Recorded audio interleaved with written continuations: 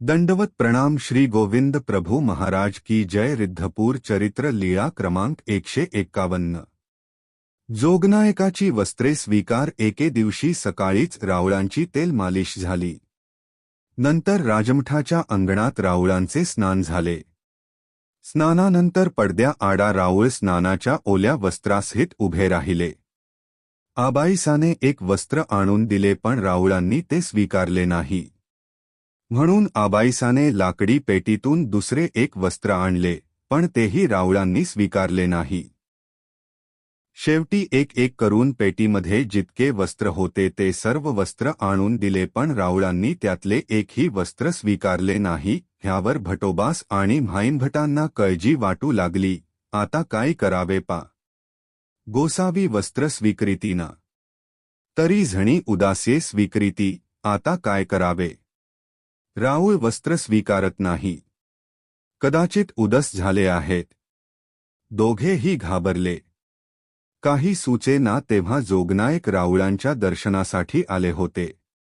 राऊळांची वाट बघत जोगनायक राजमठाच्या ओसरीवर बसले होते। त्यांनी विचार केला, ए वस्त्र गोसावी स्वीकृतीना तरी माते एक उंच वस्त्र असे, ते नळीये घालूनी ठेविले असे, तयाचे मोल कव्हणा देववेना, ते आणू देया पाते ठेविलेया काही उपयोग। जोगनायक पटकन धावत आपल्या घरी गेले। हंड्यांच्या कोप्यात एक वस्त्राची नळी, एका बाजूने उघडता येणारी पोकळ धातूची किंवा लाकडी लांब नळी, यात किमती वस्त्र सुरक्षित गुंडाळून ठेवले जायचे होती। ह्या नळीमध्ये वस्त्र होते। जोगनायकांनी ते काढले आणि राजमठात घेऊन आले। वस्त्र उघडून राऊळांच्या दृष्टीपुढे धरले आणि राऊळांना विनंती केली, जी जी हे वस्त्र स्वीकारिजो। जी वस्त्राकडे प्रसन्न दृष्टीने अवलोकन करत राऊळ म्हणाले, अय्या माझा आता होय म्हणे। भटोबास मस्करीत म्हणाले, जी जी आता का नव्हे आवो मेला म्हणत राऊळांनी हास्य स्वीकारले।